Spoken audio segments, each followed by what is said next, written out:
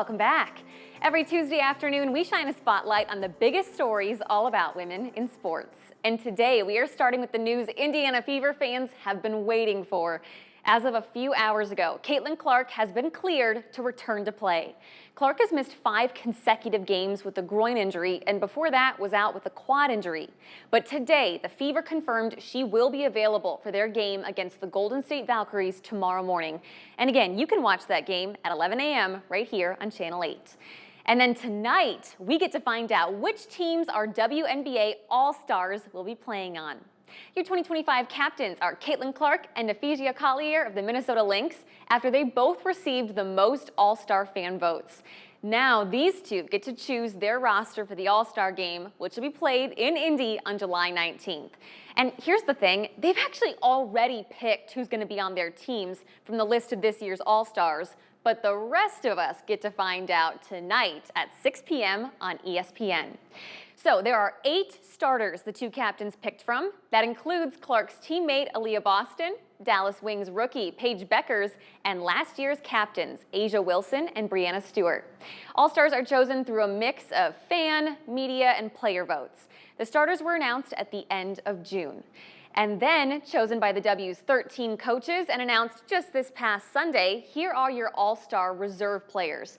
It includes 2 rookies, both players for the Washington Mystics, and 2 more teammates of your captains, Fever's Kelsey Mitchell and the Lynx's Courtney Williams. In total, 22 players were named to this year's All-Star list, both starters and reserves, representing 12 of the league's 13 teams. All-Star game will be on July 19th in Indiana, and you can watch it right here on Channel 8. Now, in other WNBA news, the Seattle Storm will be unveiling a statue of legendary player Sue Bird on Sunday, August 17th. It's the first time a WNBA franchise has dedicated a statue to a former player. Over her 21-season career, all spent with the Storm, Bird won 4 championships, was a 13-time All-Star, and secured the all-time assist record. She's also a 5-time Olympic gold medalist and 4-time FIBA World Cup gold medalist. And hey, speaking of FIBA, yesterday, this year's Team USA took home the 2025 gold medal. To do it, they had to take down the undefeated Brazilian team and came back from a 7-point deficit in the 3rd quarter. And there were some familiar faces on this team. Iowa College basketball players Hannah Stuelke and Audie Crooks both on it. This is the 5th gold medal at the FIBA Women's AmeriCup for the U.S. women. And with this win, the team is guaranteed a spot at next year's Women's World Cup, which will be played in Berlin. In soccer, the U.S. women's national team wrapped up its summer international friendly matches with a win against North American rival Canada. The U.S. national team will now take an extended break until friendlies start back up again in October. Get this, across the 3 games that were just played this summer, the U.S. national team scored 11 goals and gave up 0. Head coach Emma Hayes says she felt this team was extremely dominant, and she expects that to keep it up heading into this fall. In tennis, we are nearing the end of this year's Wimbledon tournament, and one semifinal match is set. An American is set to take on world number 1. Amanda Anisimova is the Wimbledon semis for the first time in her career. It's also the best she has ever done at a Grand Slam tournament.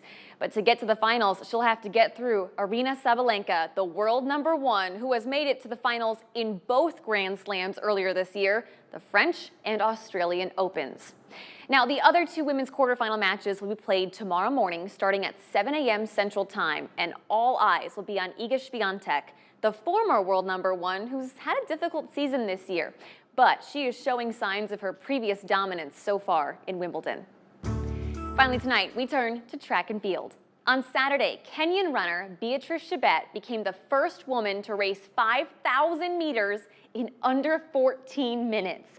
The 25-year-old had a world record time of 13 minutes and 58 seconds, which shaves off more than 2 seconds from the previous world record. But it's nothing new for Chebet. She also holds the record for the 10,000 meter and the 2024 Olympic gold medals in both events. And that'll do it for this week's edition of Women in Sports.